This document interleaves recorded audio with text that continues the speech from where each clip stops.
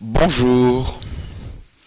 Bon, ici, nous allons nous connecter en tant qu'administrateur parce que nous devons enregistrer les enseignants de l'école dans l'application et lier chaque enseignant avec les cours qu'il donne à l'école.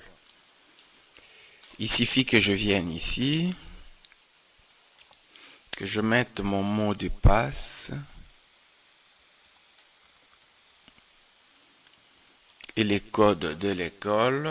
Là, j'entre en tant qu'administrateur et quand je suis dedans, je viens dans configuration, je m'en vais dans utilisateur, je viens dans gérant et à ce niveau, je peux créer un enseignant. Je peux dire notre enseignant s'appelle Chimangantoya.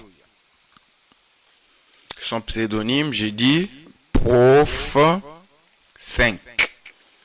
Son email, je peux dire chimangantoya@gmail.com. Je lui crée son mot de passe. Je crée son mot de passe, je répète. J'ai dit c'est une dame et je valide. Et là, l'enseignant est créé. On peut faire ça pour tous les enseignants de l'école. Comme ça, vous leur donnez la possibilité de se connecter à l'application quand ils vont l'installer dans leur téléphone. Et je viens dans le bouton attribution cours pour enseignants. Et quand je viens ici, je vois Chimangantoya, prof 5. Il y en a d'autres. Quand je sélectionne Chimangantoya, je viens dans éducation de base, 7e A. Je peux dire, il donne le cours de géographie. Je lis l'enseignant avec ce cours. Je dis, il donne aussi le cours de histoire. Et je peux aller dans hôtellerie, première A. J'ai dit, il donne le cours de géographie. Et il donne le cours de histoire. Je peux même lui ajouter sociologie africaine, par exemple. Et là, c'est fini. C'est comme ça que je peux lier un enseignant avec les cours qu'il donne à l'école. Comme il a son login et son mot de passe, quand il va se connecter à l'application, il va voir ses cours et il va gérer toutes les activités liées aux cours qu'il donne à l'école. J'étais dans le bouton attribution de cours pour enseignants, je peux venir dans voir les cours des enseignants. Quand je viens ici, quand je sélectionne Chimangantoya, je sais voir la liste des cours que cet enseignant donne à l'école. Je vois éducation de base, 7e A, il donne géographie, il y donne aussi histoire, il y donne, et c'est fini, dans hôtellerie première A, il donne géographie, histoire et sociologie africaine. Et c'est comme ça que l'administrateur va lier chaque enseignant avec les cours qu'il donne à l'école. Maintenant, là, je peux sortir de l'application pour entrer en tant qu'enseignant. Donc, je disais, l'administrateur crée la liste de tous les enseignants en attribuant à chacun un login nom d'utilisateur et un mot de passe par défaut que l'enseignant aura à modifier le moment venu, mais dans un premier temps, c'est l'administrateur qui les lui donne. Et une fois qu'il a terminé de créer les enseignants en leur donnant tous ces éléments, il lit chaque enseignant au cours qu'il donne à l'école, peu importe la section. Et maintenant, quand un enseignant, on a créé tous ces éléments et on l'a lié aussi avec les cours qu'il donne. Maintenant, l'enseignant peut venir se connecter en tant qu'enseignant. Ici, je viens me connecter en tant qu'enseignant. C'était prof 5, le login. Et j'écris le mot de passe qui lui a été donné. Je mets les codes de l'école. Et quand je me connecte, vous allez vous rendre compte que dedans, on me dit bienvenue Chimangantoya. C'est l'enseignant qui l'on venait de créer. Et là, je clique sur mes cours. Quand je clique sur mes cours, je ne verrai rien d'autre que les cours qui m'ont été donnés, attribués par l'administrateur. Ça veut dire que ce sont mes cours. Et ces cours, pour ce classe, ne peuvent être attribués à un autre enseignant, parce qu'un cours ne peut être attribué qu'à un enseignant. Et là,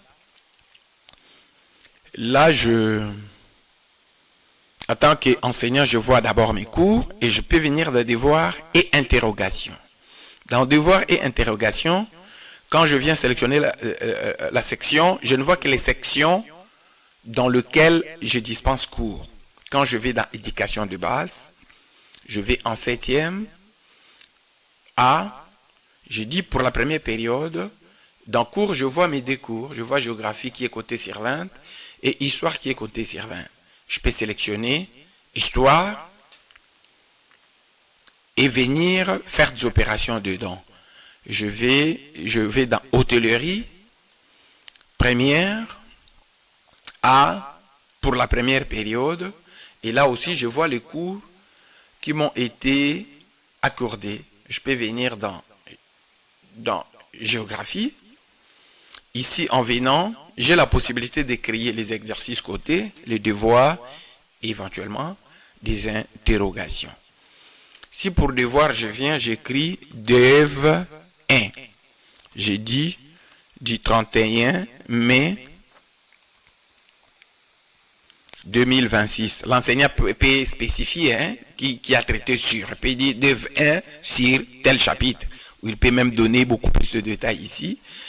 Et le cours lui-même est coté sur 20 pour la période. Mais moi, ici, je suis libre de le coter. Je peux le coter sur 50. Mon devoir ici que je crée, je peux valider.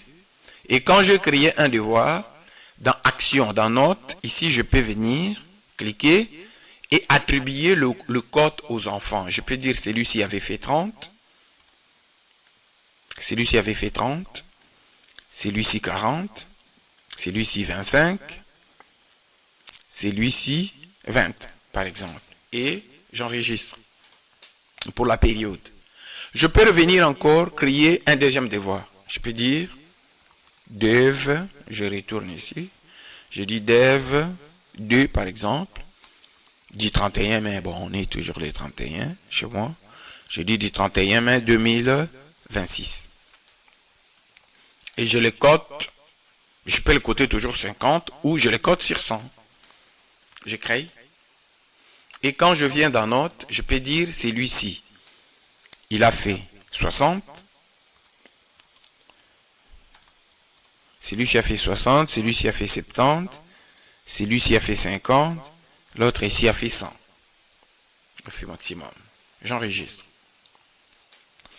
Et je peux cette fois-ci venir créer une interrogation. J'ai dit interro 1 du 31 mai et l'utilisateur va écrire ce que lui voudra 2026 et maintenant ici il y a une notion, il y a la notion de pondération. Le premier devoir c'était sur 30, c'est sur 50, le deuxième sur 100, c'est-à-dire dans la moyenne, ce qui était sur 100 aura beaucoup plus d'importance que ce qui a été coté sur 50. Et pour le devoir aussi, si vous voulez lui donner beaucoup plus d'importance que les autres, vous haussez simplement sa pondération. Je peux venir, je cote ces devoirs sur 200. Et là, je m'en fous du maximum du cours. Le cours est coté sur 20. Mais moi, je crée un devoir sur 200. Et quand je viens, je retourne ici. Et je crée une interrogation plutôt sur 200. Je viens dans interro. Je dis celui-ci a fait 120. Celui-ci a fait 150. Celui-ci a fait 100. Celui-ci a fait 80, par exemple, sur 200. Et je viens, j'enregistre. Maintenant, qu'est-ce qui se passe ici? Pour une période, on a besoin d'une cote périodique. Mais cette cote périodique est le fruit de beaucoup d'activités. des devoirs, des interrogations, des exercices cotés, ainsi de suite. Maintenant ici, quand je viens faire l'aperçu, je sais voir que sur tout ce que j'ai à donner comme devoirs et interrogations et consorts, je vois la moyenne obtenue par chaque élève. Parce que le cours est coté sur 20. À la fin de la période, la fiche de code que je dois donner doit être cotée sur 20 et on sait voir le point que chaque enfant a fait. Et l'importance de chaque cours est fonction de sa pondération que l'enseignant lui-même aura à donner. Donc ici, on sait voir celui-ci a fait 200 sur 350, celui-ci c'est 210 et on sait attribuer des points directement par rapport à la géographie pour la première période. Et si je vais clôturer cette période, je viendrai simplement cliquer sur valider et clôturer la période. Et ces points ici vont rester inchangés. On va simplement arrondir, parce que dans le bulletin, on ne doit pas écrire de valeur avec virgule. Nous allons arrondir et nous allons présenter les codes dans la fiche de code. Maintenant, quand nous validons, les codes n'est même pas présenté la fiche de code, mais elle est directement saisie dans la table des codes. De manière à ce que si le dernier enseignant fait cette opération, on n'a pas besoin qu'un encodeur vienne encore saisir les codes des élèves. Les codes seront déjà disponibles. C'est lui qui s'occupe de l'impression du bulletin ou d'analyse des données. N'aura besoin que d'aller afficher le bulletin, aller faire l'ordre de récite et aller faire tout ce qu'il faut faire. Donc à ce niveau ici, chaque enseignant gère ses éléments.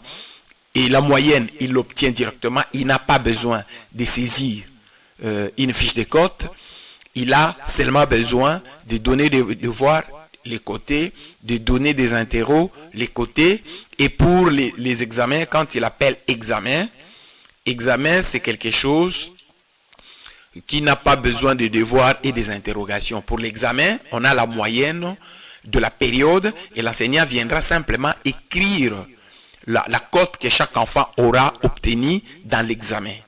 Maintenant, pour les périodes, on sait renseigner toutes les activités liées à la période, mais pour l'examen, comme c'est une activité directe, on saisit le point obtenu par l'élève dans la période.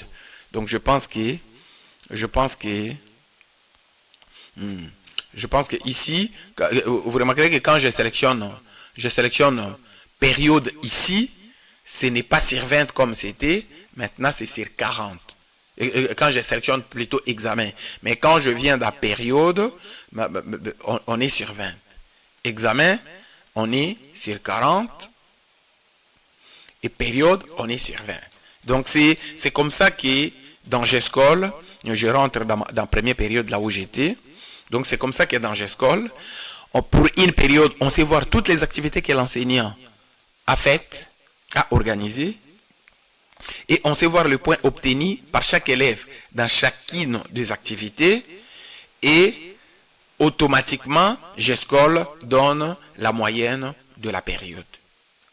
Tout se fait, l'enseignant à son téléphone, il peut le faire directement. D'ailleurs, ce qui se fait ici peut être fait en offline. L'enseignant peut ne pas être connecté à la maison, il fait tous ses travaux, il code, il saisit et consort, mais quand il arrive à l'école, il peut pomper des informations une fois connecté dans la base de données générale de l'école. Merci.